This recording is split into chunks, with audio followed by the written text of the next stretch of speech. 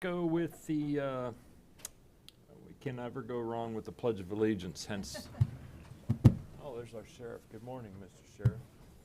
Mr. LaCastro, would you lead us this morning? Yes, sir. I pledge allegiance to the flag of the United States of America and to the republic for which it stands, one nation, under God, indivisible, with liberty and justice for all.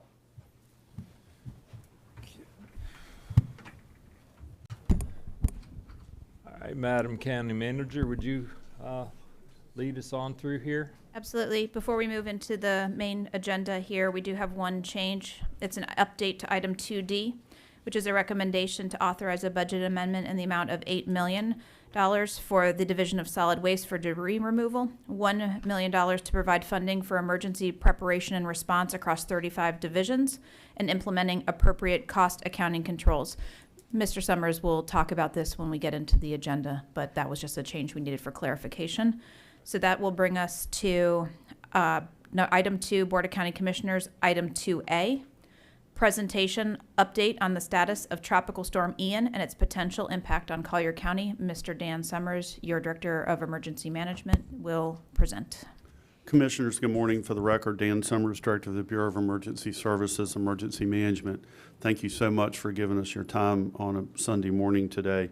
I think it's very important to make sure that we have the appropriate readiness posture. Let me go through some bullet points here with you real quick, what I call kind of a general overview and situation report. From there, I'll go into some current hurricane forecasting graphics real quickly. Nothing that you haven't already seen on the Weather Channel or any other local media outlet, but I'll make some comments about our concerns with the forecast. Following that, some discussion from any of our department heads and the sheriff that are here if they have any comments, and we'll follow up with a recommendation for the state of emergency declaration. Obviously, we're looking at the potential of a Cat 3, Cat 4 storm. The current tracks right now, one of the things that we're always cognizant of is what we call the wobble. We have seen, obviously, a little shift to the north and to the west on these particular forecast tracks, but you know, deja vu. Remember Charlie, remember some of these other events. Part of the concern that the National Hurricane Center will tell you is that when we see a storm with rapid intensification, just remember that means that the forecast track still has some variables in it. We know that there will be storm impacts to Collier County, and I'll talk more about that in just a minute. Governor DeSantis did amend his executive order yesterday and declare all 67 counties within his executive order for a state of emergency, and the White House has received a pre-landfall request for a disaster declaration. That's most important. We've done that before with Irma. That gives FEMA the heads up, if you will, for consideration for a presidentially declared disaster. Most all of our counties and municipalities in our immediate region have declared or will be declaring. I had a call with our county partner agencies within the region this morning. They all have state of emergency declarations pending, continuing to monitor the traffic and the travel. I need to make sure that you're aware that we always have a safe posture. We have a readiness posture, and the playbook, if you will, is designed to make sure that we always have a category of storm buffer, maybe even a 4-hour decision time buffer. We have seen situations where we may see increases in forward speed, decreases in forward speed. That's always going to happen, but it does affect our timing locally. Conversations with Miami Weather this morning, escalating our wet conditions already with a possibility of 7 inches of rain as we're on the periphery regardless of this storm. An unstable atmosphere always gives us the possibility for tornadic activity or downburst, although the tornado index is low. Squall lines pushing trees and power lines down, and the possible coastal flood watches and warnings coming up. Again, a lot of this will also be tidal dependent. Rapid intensification, as I've mentioned earlier, means that we could have not only the storm boil up very quickly, but also change track. We discussed yesterday in our press briefing, voluntary precautionary evacuation is a suggestion. It is not a mandate. If you live in a vulnerable, low-lying area, and you want to have some opportunity to go to other locations, nothing stops you from doing that. We have worked very hard, and a special thanks to our emergency management coordinators. Our EMS training division helped us yesterday. We moved several tractor-trailer loads of supplies and equipment yesterday. We have 17 evacuation shelters equipped, or we'll finish the general population shelters will finish in the morning. No shelters are open at this time. If that need becomes evident, we'll obviously do that. But that is a major undertaking, pulling county staff and Collier School District staff to help support those shelters. We have an excellent working relationship with Collier Schools. We can't do this without them. We have an interlocal agreement with them, and we issue task orders to have them do certain things such as open buildings, provide staff, address food service issues, those type of things. Our special needs shelter, which is Palmetto Ridge, again, big lift for supplies and equipment.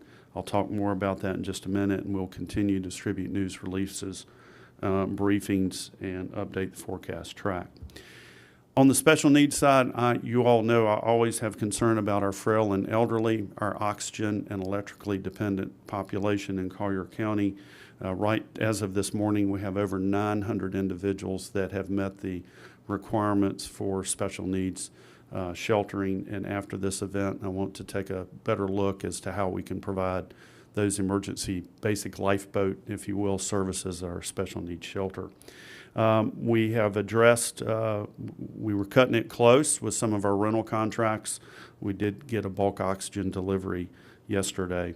And fuel. We are monitoring fuel very carefully. We've been in touch with the State Emergency Operations Center. We do have a placeholder for a fuel order through the state, as well as working through our debris removal contractor who has a suite of refueling services. So we have placeholders for that. Everybody's watching fuel. All the ports are open. However, our primary port for fuel is Port Manatee.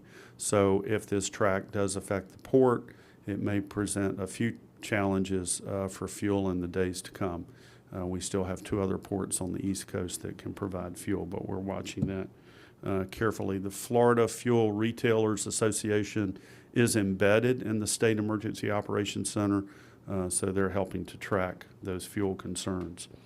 In our Emergency Operations Center, we want to make sure all of our partner agencies are ready to support. And again, we rely heavily on our public safety partners, close cooperation and support from the Sheriff's Office, as well as our non-governmental units. A reminder, please do not dial 911 for any general information. Tomorrow morning, we plan on opening up our 311 call center within the Emergency Operations Center. We refer to that sometimes as a hurricane hotline. If you want general information, call that number. 911 is for life-saving purposes only. We'll continue to keep our contractors and response agencies briefed, and we have calls twice a day with the State Emergency Operations Center, the National Hurricane Center, and our FEMA partners are embedded in that. An important reminder, radio, television, stay in touch with information from Collier County. We want to invite folks again to register at Alert Collier. That's our mass notification system. The Florida Division of Emergency Management this morning did increase our subscription resources and broadcast resources today to get to more folks with our mass notification through your personal device. If you are requested to evacuate, if that does become the last option for you, please come self-sufficient. Bring your personal hygiene items, your supplies, quiet toys for the kids, bedding, food, etc. As a reminder, our middle schools and elementary schools are pet friendly. Our high schools are not. Pet friendly is also, you have to be self-supporting.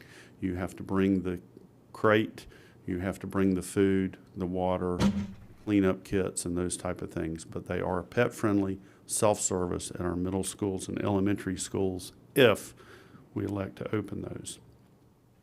Before I jump into the HURVAC modeling real quick, again, just a recap on the 9:15 discussion with the Miami Weather Service. 50% chance of low-end sustained tropical storm force winds for Collier County. 10 to 15% for the high end of sustained tropical storm force winds. And again, 30 to 40, 40 to 50 miles per hour. 15 to 40% chance of flash flooding, 25 miles from any point of Naples, and a level 1 low-level tornado threat. So again, this is very difficult when you're on the fringe. And at this hour, we're on the fringe. And any hour later after that could bring that fringe. We could no longer be on the fringe. We could be more likely in an impact area. Let me go to the modeling application real quick, just to give you a little feedback here from 11 o'clock. What I want to show you here, and we're going to let the automation take place here. You will see, when you look at the center line, you do see some fluctuation in that ultimate center line track, and that's kind of what we want to remind you about. While, yes, indeed, we see the track ultimately changing more of a northern course, that is certainly better for us. We don't want any Floridians to be impacted by this event, but certainly better for us.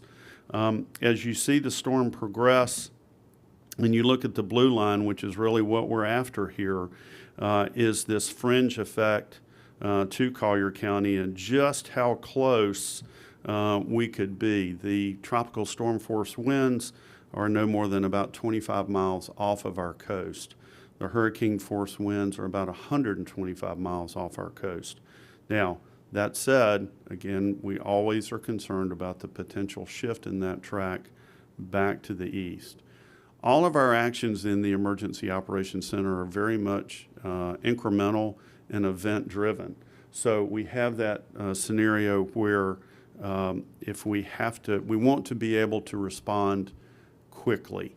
And one little bit of challenge here is that you never want to be in this situation where you're making evacuation movement in the dark. So we always want to try to do this to the extent possible during daylight hours. So again, track shift may in fact, this is our signer is joining us today. Our track. Our who?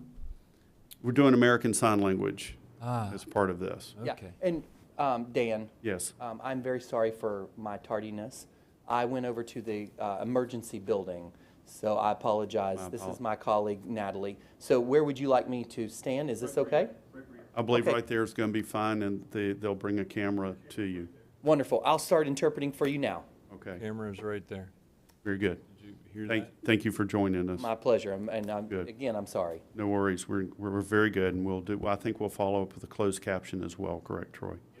So again, just to get into the forecast discussion here a little bit, the fact that we have this close proximity to the tropical storm force winds, this is what is of concerning to me in the event of a shift.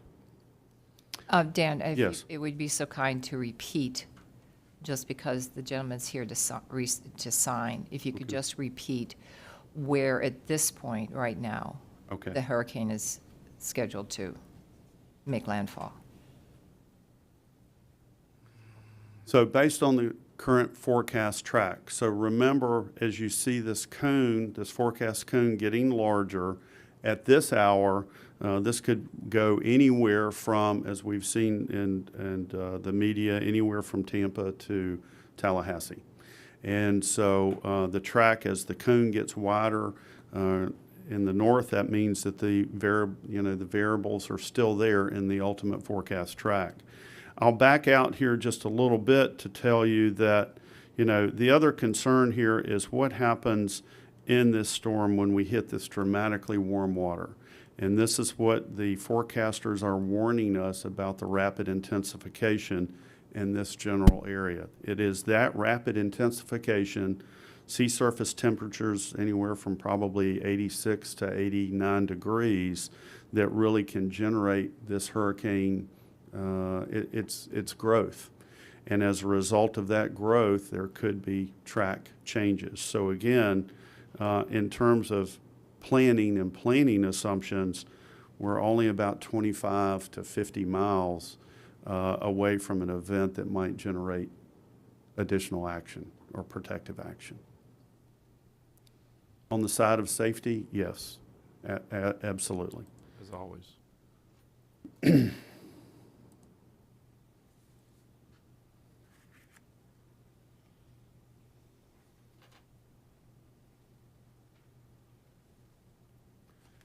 Just a couple of friendly reminders here. Sheltering with family, friends, and hotels well inland provides you the best option. Individuals, should we get into an evacuation scenario, we're not into one at this point, but remember to evaluate your risk. And risk is travel time, destination, medical conditions. Right now, the east coast of Florida, Miami, Fort Lauderdale, looking pretty good in this particular forecast. So Orlando not looking so good. So if you're thinking about a destination, that's up to you as the individual. I worry about this term a little bit, but remember our shelters have been referred to as a lifeboat, not the Love Boat, and the Love Boat was a cruise line, by the way. So the lifeboat is very basic services available in the shelter. And Commissioner LaCastro has helped to remind us on that, and I thank you, sir, for that. Last minute preparations need to continue. Make sure you keep your important documents in order. Help your neighbor. That's what's always been successful in Collier County, working as a community to put ourselves back together should we have an event. We may have some representatives here. I know Sheriff Rambosk is here, and I will just certainly any of the other departments or municipalities that would like to come up and say a few words, and then I will come back to the state of emergency declaration, the prohibitions or no prohibitions that we're recommending, and a few closing remarks. So I'll turn it back over to Amy to call our speakers. Troy, do we have any registered speakers? I have none. Our sheriff's- worthy sheriff's back there raising his hand. Sheriff, would you like to come up? Thank you. Sheriff, you have 3 minutes. Yeah. No, I'm just kidding. Do I have a timer? Note that wasn't the chair talking, that was the vice chair. Okay, all right. Chairman. Good morning, everyone. Kevin Rambosk, Collier County Sheriff. I just wanted to provide you a quick update on the operational part of what has been going on so far, which I know you know, some of the public may not know. Earlier in this past week, we began preparations for the storm, and while that seems a little early, we ran into a few needs, and I want to thank the county manager and her staff for the great and immediate response to get us some assistance with generators and other things that we thought we might need. So thank you very much for that. We then went into our pre-storm phase, and we began and created an incident management plan, which we completed and implemented on Thursday. And you might say, well, why are you doing that so early? Because when this hit the public on Friday morning, we had to assist with all the supply stores, the food stores, the gas stations, the home improvement stores, which of course started to get a run for supplies. And as you know, we had a pretty busy Friday and a Friday evening and through the weekend. So our operations have already started. We have assigned 18 additional people over and above our regular duties and responsibilities to be at the locations that have the busiest traffic and visitors and customers, so that we can give them some comfort that we're available. And I can tell you, for the most part, everybody in the community has been great. A little traffic congestion at some of the gas stations, and who was there first. But you know, we always try and do that. I wanted to really thank our incident management team and staff and our chiefs that have been working all week to put together a great plan and implement. Thanks to the public safety chiefs, fire rescue, EMS, EM, and law enforcement in each of the entities throughout the entire county. We've connected and have been connected throughout the week to utilize and support one another. We're in a very good place. We're ready to go should the track change or worsen. More importantly, we have created a mutual aid response team of 12 self-contained deputies that we will make available to the state for use for wherever the storm might land. So with that, I turn it over to any questions that you might have.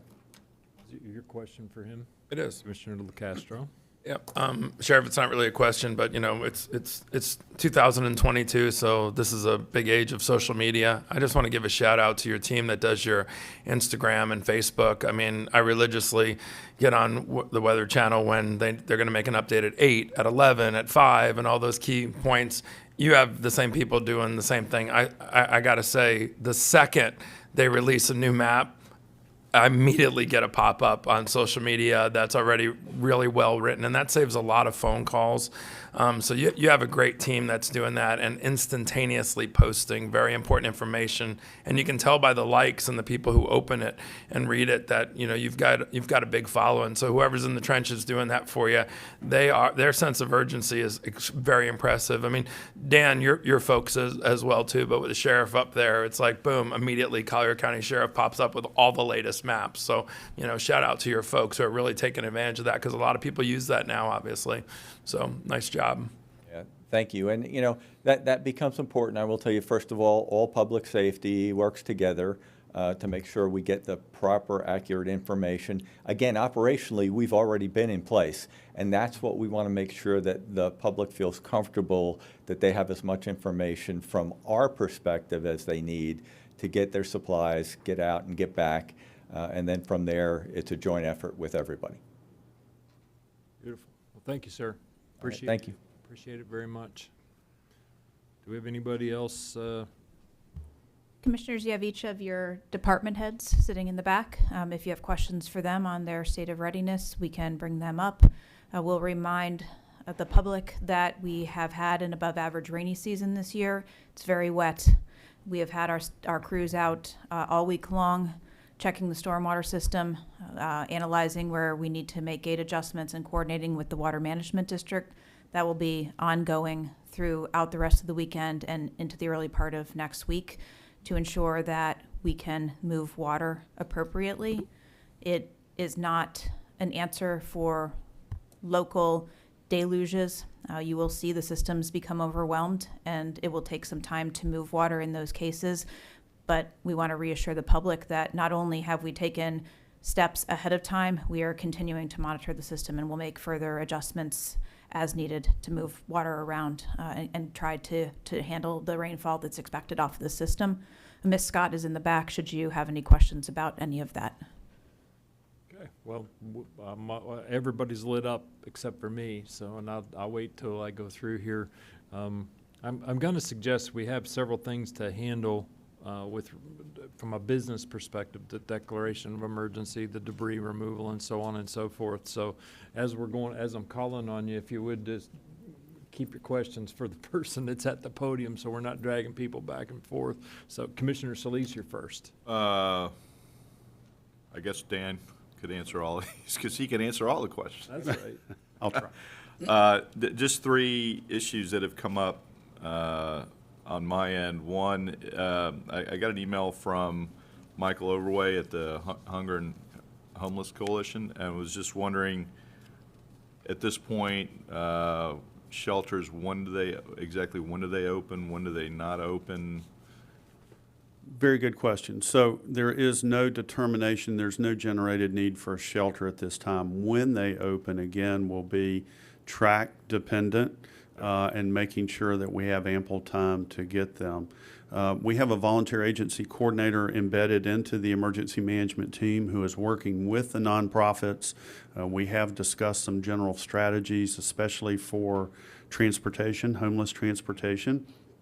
We've historically, if we had to escalate the state of emergency, we would recommend populations go to the CAT transfer stations, and the CAT buses can set up dedicated routes to the shelters, and we would also waive CAT fees. Okay, well, I'm sure that's. But we're not ready to do that yet, but we have the option of doing that. On that note, who makes the decision about when the shelters become open? I will make that recommendation. I'll be in consultation with the Hurricane Center, Florida Division of Emergency Management. I'll make that recommendation to the county manager, who will confer with you, and She's the one that pulls the trigger based That's correct. upon the status of the emergency? that's correct. Okay. And I think he's just, Yeah. urging us to err on the side of earlier rather than later. We understand. I got some concern about Palm River and the level that it's at. I don't know if you want to address that, or if that's, but we can address that later. Hang on. We'll call you up. And one for the county manager, I think, is, there is a NIM that's scheduled for tomorrow relating to the proposal off of Orange Blossom. Is that still scheduled to go forward? I just want to let everybody know that whether or not there's any consideration of that being continued. So we actually have an item, the last one, 2E, to Oh. discuss county operations and Okay. scheduled meetings, kind of Okay. based on where you all feel comfortable with that, would dictate then how we handle some of these scheduled meetings, including our regular one-on-ones, the Board of County Commissioners on Tuesday. So Okay, we'll get well, I there. just want to throw those out there. That's all I had, and when Trinity Comes up, she can address Palm River. Yep. Thank you. Thank you. Commissioner LaCastro. Yeah, my questions are for Trinity, so if somebody has something for Okay. Dan while he's. Commissioner Saunders. I have a question dealing with utilities. Not for Dan.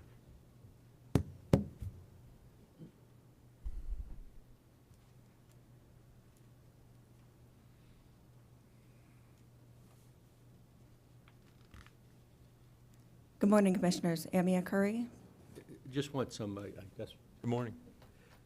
just want a little bit of reassurance. Obviously, when Hurricane Irma hit, that was pretty much a unique circumstance. Power was out across the entire county for quite a bit of time.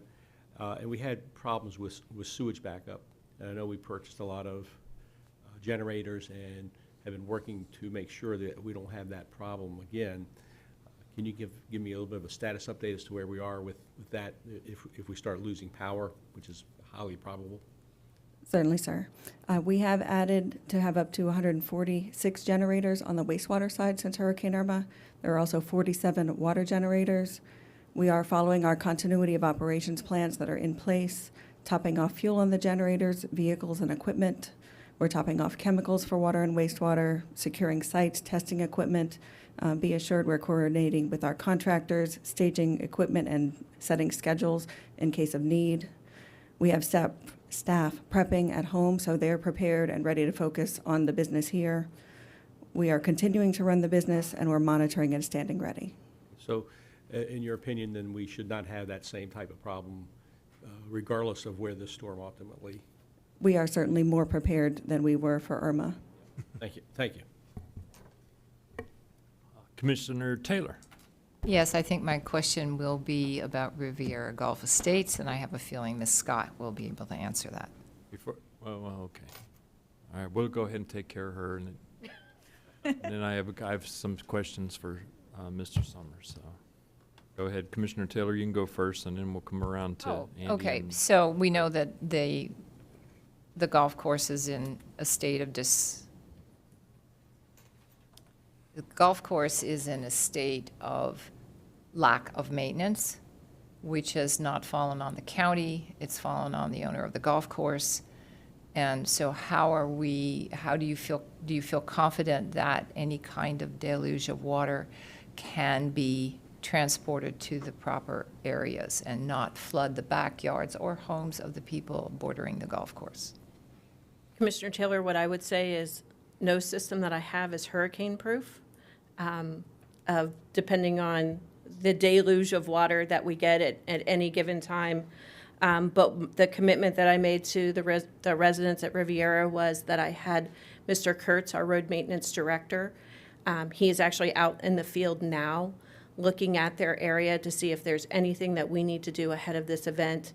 And also, we happened to have a conversation with the golf course owner and their council on Friday, and their council committed to me that if we need to do something, that they would work with me to get something done, if that's what Mr. Kurtz, who you know very well as our subject matter expert. So we are looking at that area, as well as, if I can go ahead and address Commissioner Solis, and I think probably one of the items that Commissioner LeCastro, as County Manager Patterson talked about, we are working very closely with the Big Cypress Basin on a pre-storm drawdown.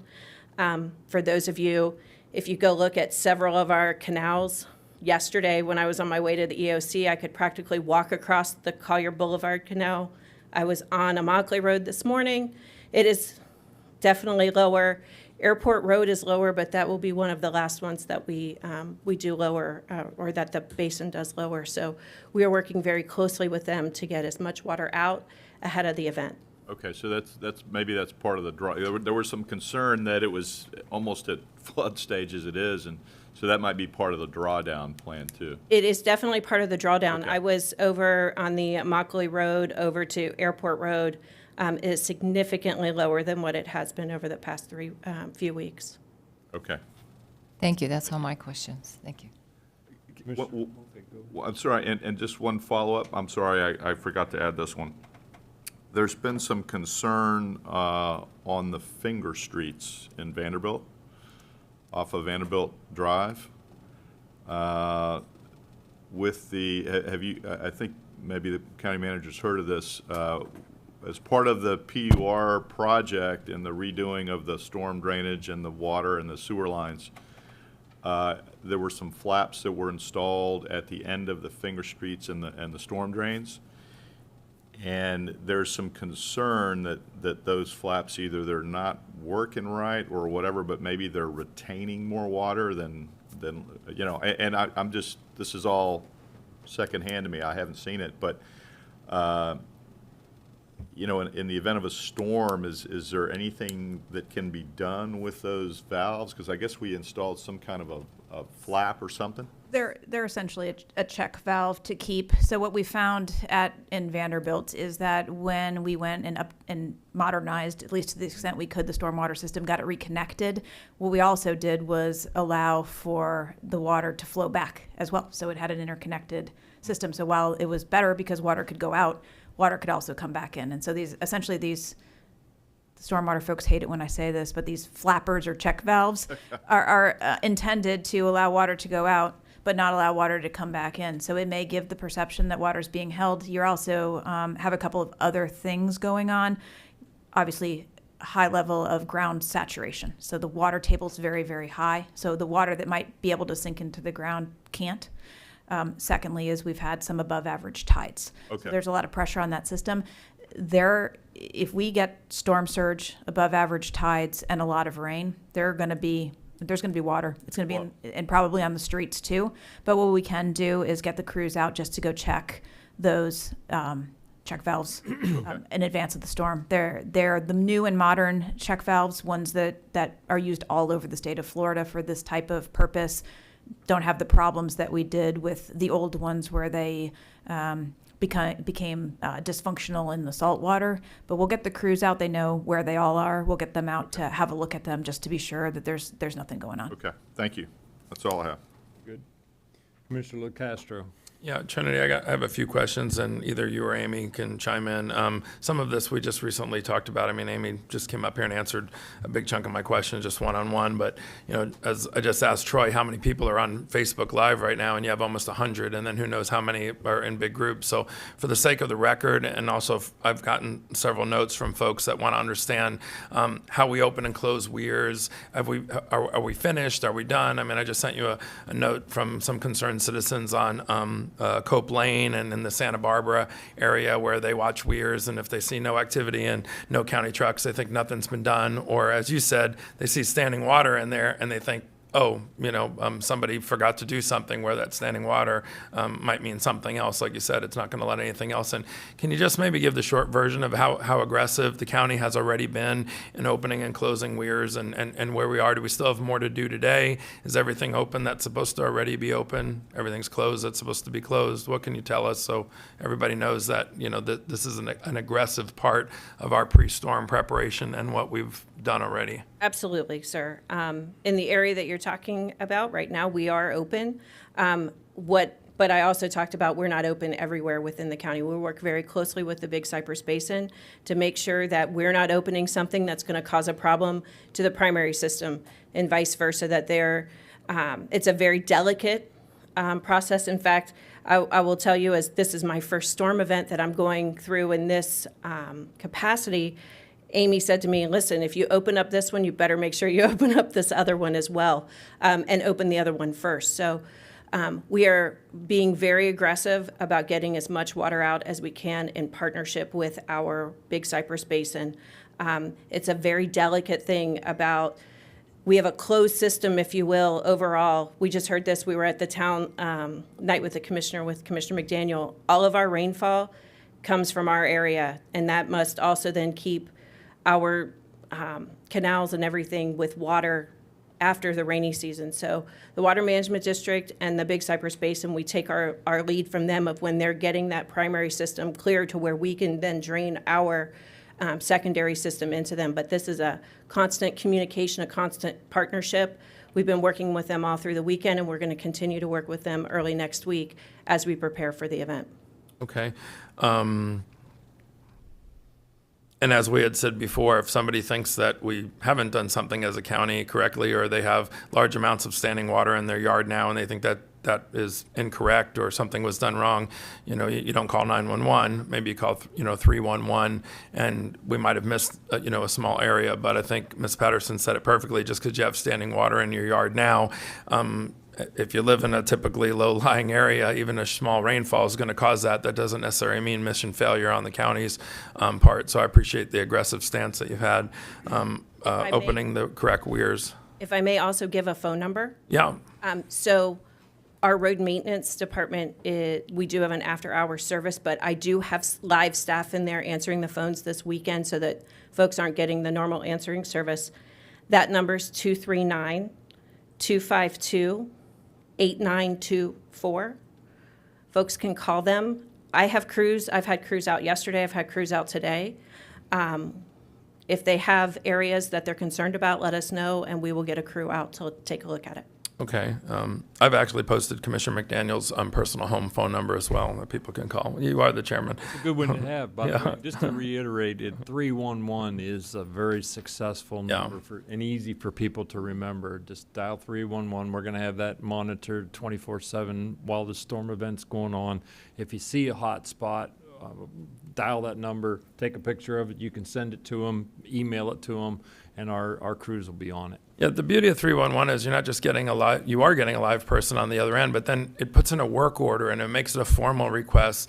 When people send me direct messages on Facebook or they chime in via text and everything, I mean, we don't ignore those either, but that's not the best way to get it into the system instantaneously. Anyway, next subject. I obviously have a lot of low-lying areas in District 1. We all do, but I mean, I have a fair number. Henderson Creek, I just wanted to see, I wanted you to say what's been done there. Typically, it's a low-lying area, so it floods even during a minimal rain. But at times, we've had over-aggressive flooding there because drains and grates have been clogged for a while with debris and whatnot. I know that you've been out a lot checking those grates and drains.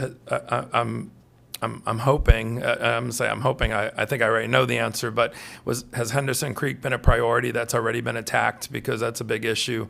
They're draining there. It has been, sir. Those weirs have actually been open for over a week there. Okay. In coordination with the Big Cypress Basin.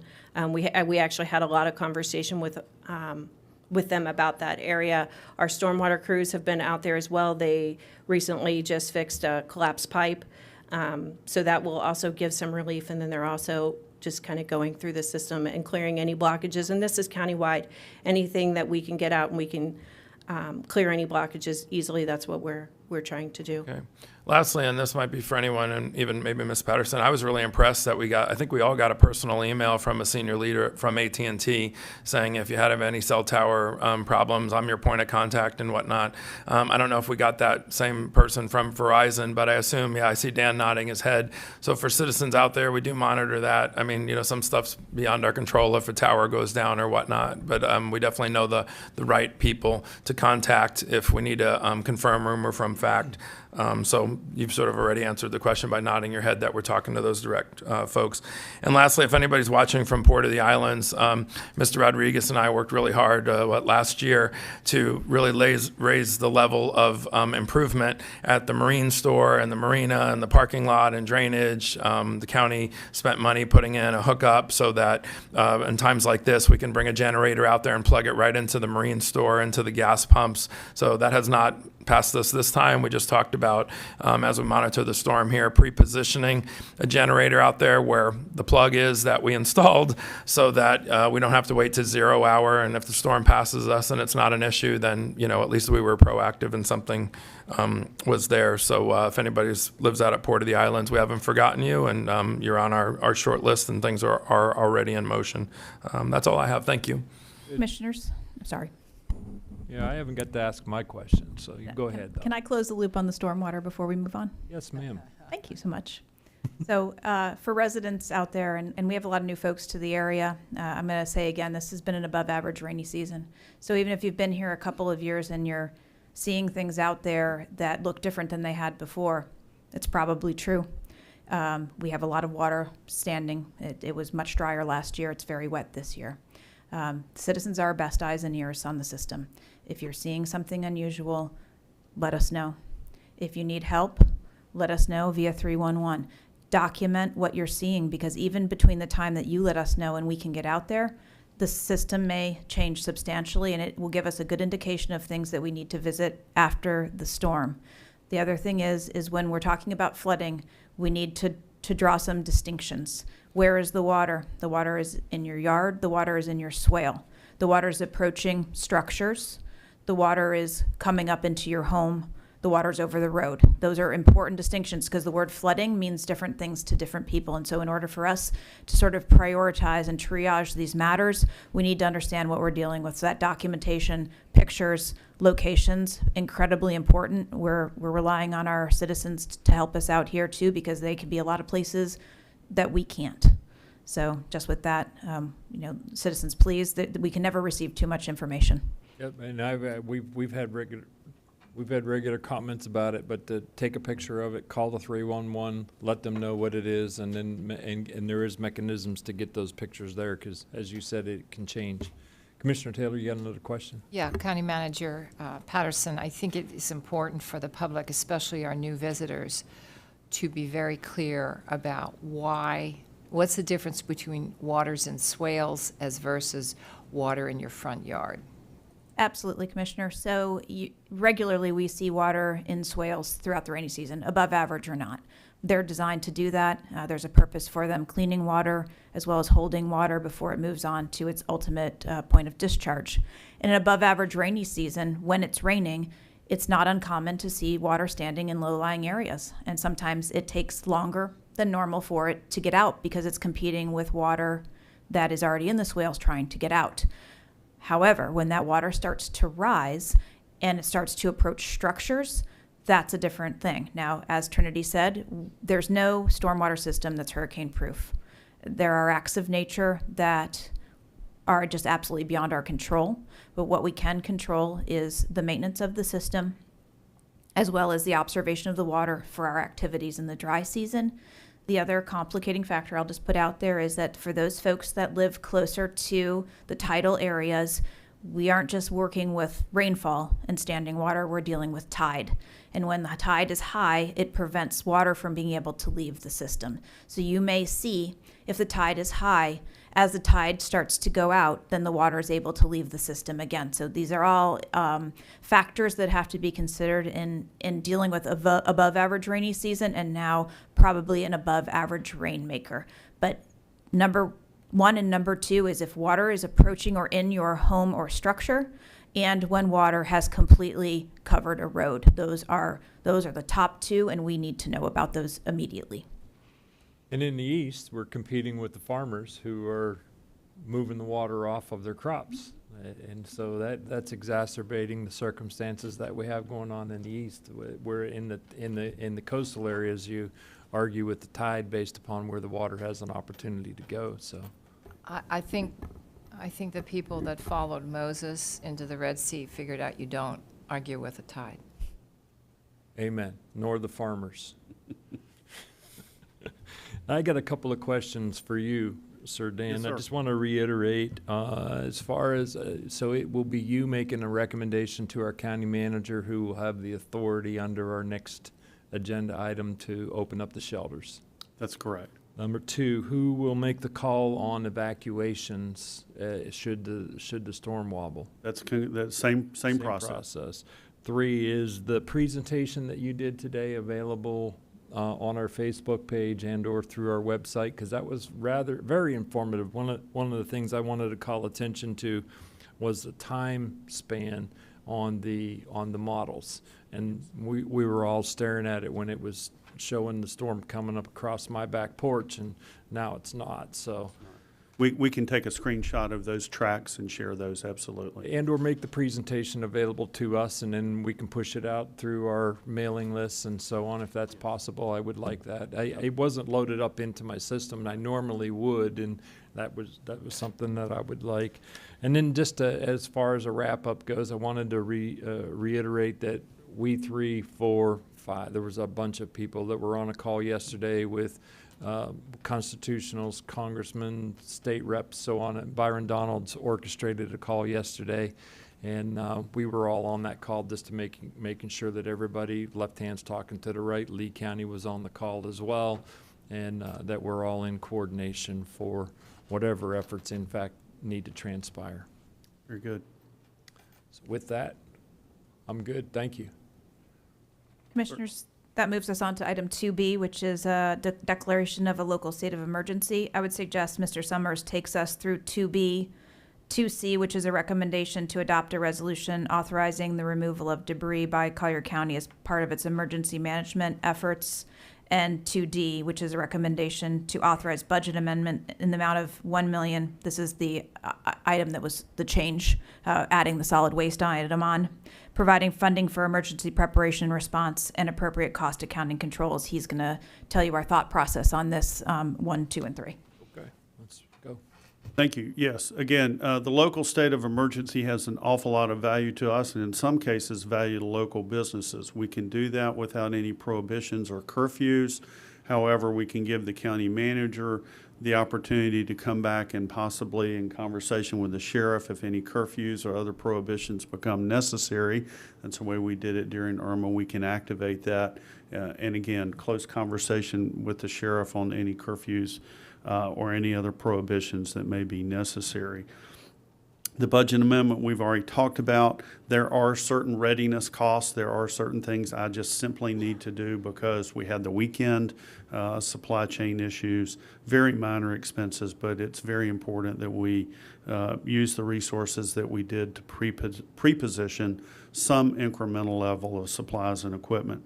If conditions change, working through the county manager's office, we'll bring that to you. And again, I just want to make sure you understand our Emergency Operations Center is one team, one fight, one message. The reason there are 56 work positions in that Emergency Operations Center is that we work as a group. And again, we work through our legislative process, county manager or municipal managers working through their particular local governments. And finally, as it goes without saying, and the sheriff mentioned earlier, close coordination with municipal, private, and our non-governmental partners, public safety partners. So it doesn't have to be any more challenging than that. What we want to do is have the framework to move forward and move forward quickly in the event that we see a track change. Questions? No questions. I'll call for a motion. So moved. Second. It's been moved and seconded that we declare a state of a local emergency as has been presented. Is there any other discussion?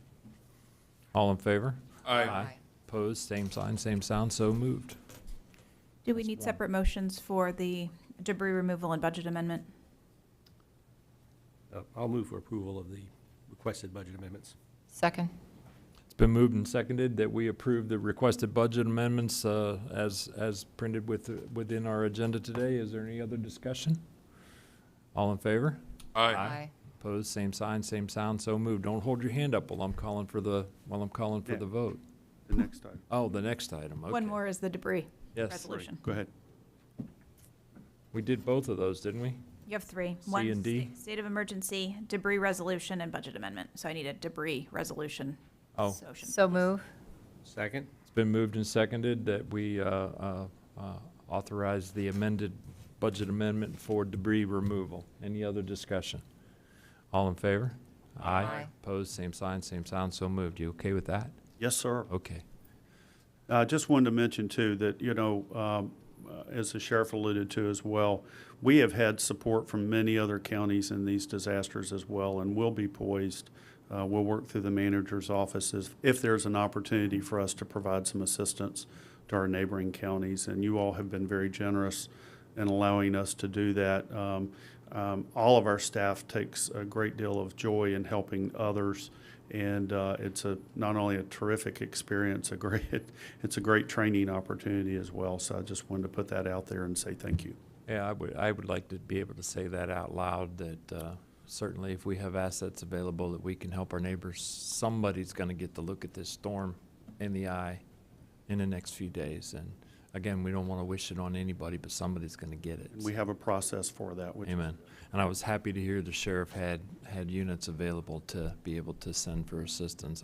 I know in our natural disasters how blessed we've been when other fire departments have sent units and sheriffs and police and so on. So I certainly want to extend that out as best as we possibly can.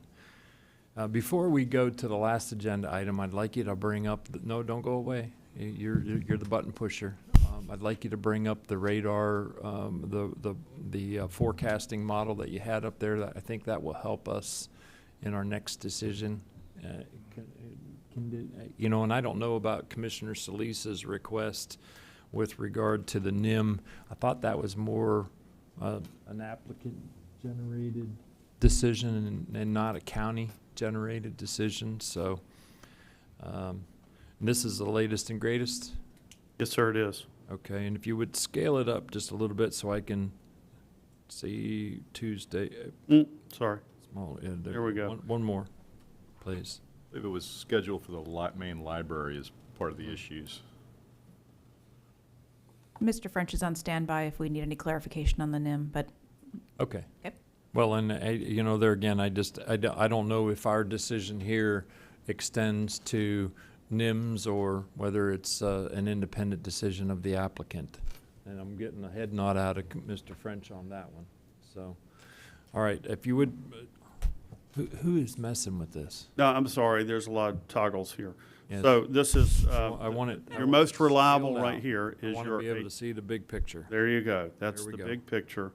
I'm trying to work on your resolution here a little bit for the fringe winds here adjacent to the coast. Resolution is fine. I'm looking, I would like to see further south into Monday if I could. Further south. There we go. There we go. Okay. There we go. And let's see if the forecast model is that far along.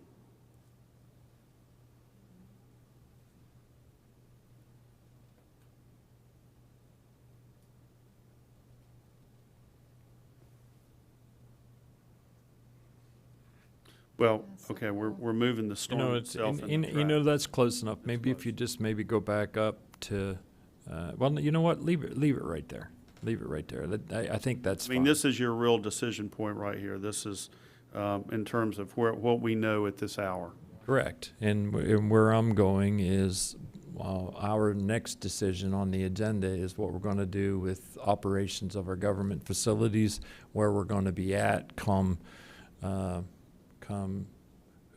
you're not allowed to hit buttons when we're in the process of making decisions on what our operations are gonna be. We got a meeting coming up on Tuesday, tomorrow's normal business operations, and where we're gonna, because as far as I can tell, just looking here, and again, I don't wanna put words in your mouth, but it looks to me like the majority of the impacts are gonna be upon us, on Wednesday. That's a great planning decision, a planning assumption that we have right now. So Yes. I would say, yes, that's fair.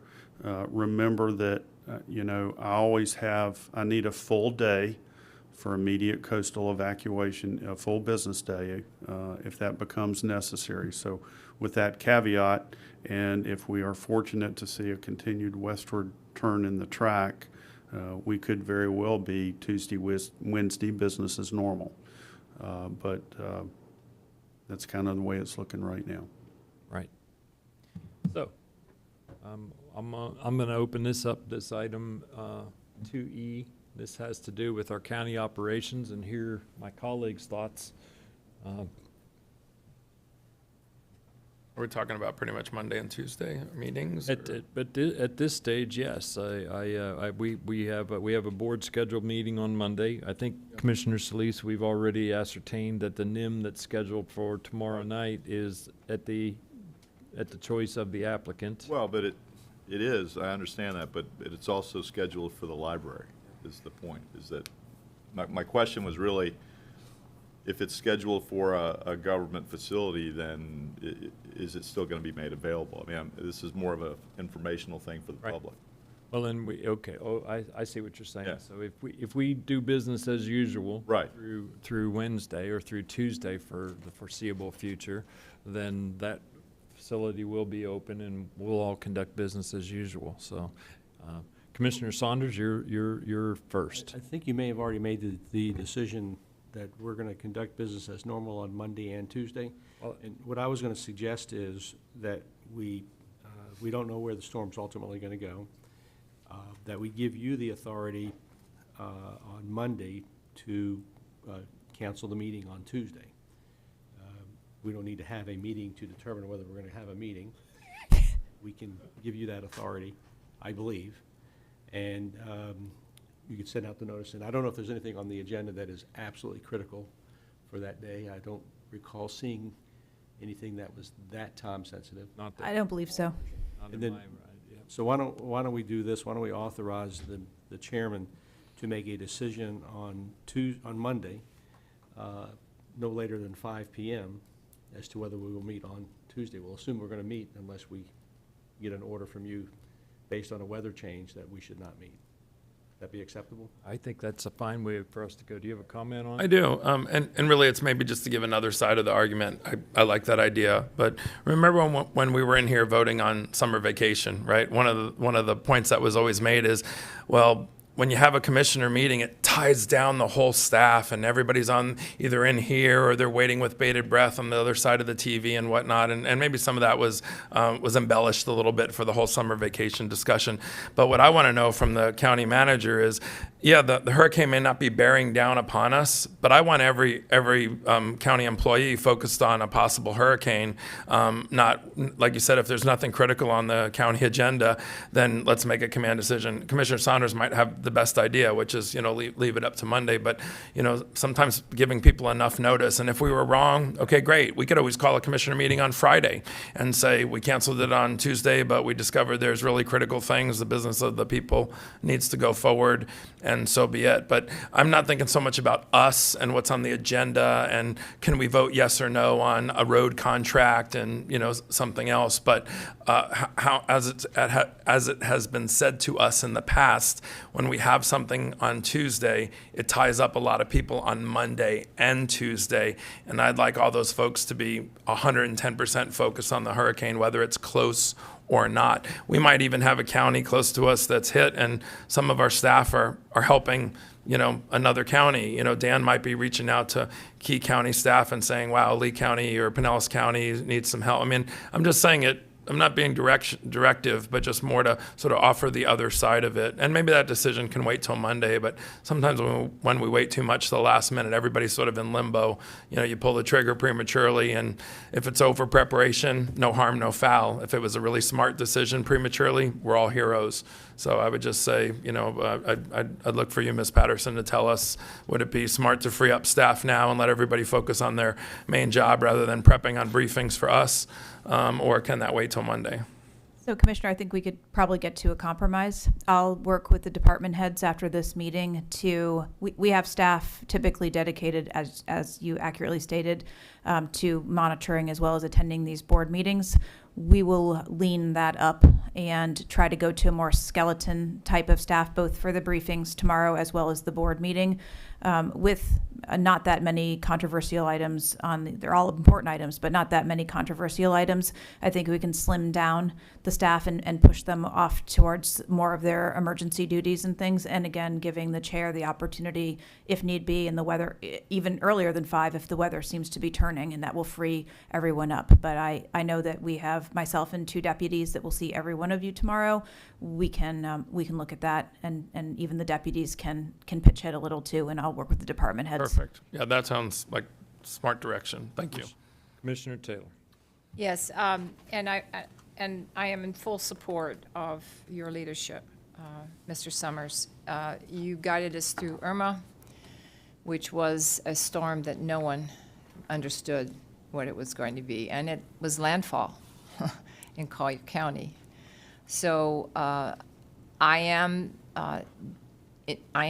would like to bring notice to the fact, and sir, if I'm speaking out of line, you tell me, but then when we started this, looking at this storm, and all the news media had where it was going to go, it was going to hit us on Tuesday. Now we're looking at it Tuesday. It hasn't even crossed at 2 a.m. on Tuesday. It hasn't even crossed Cuba. Now there's a lot of distance between where we are and Cuba. Not a great deal, but there is.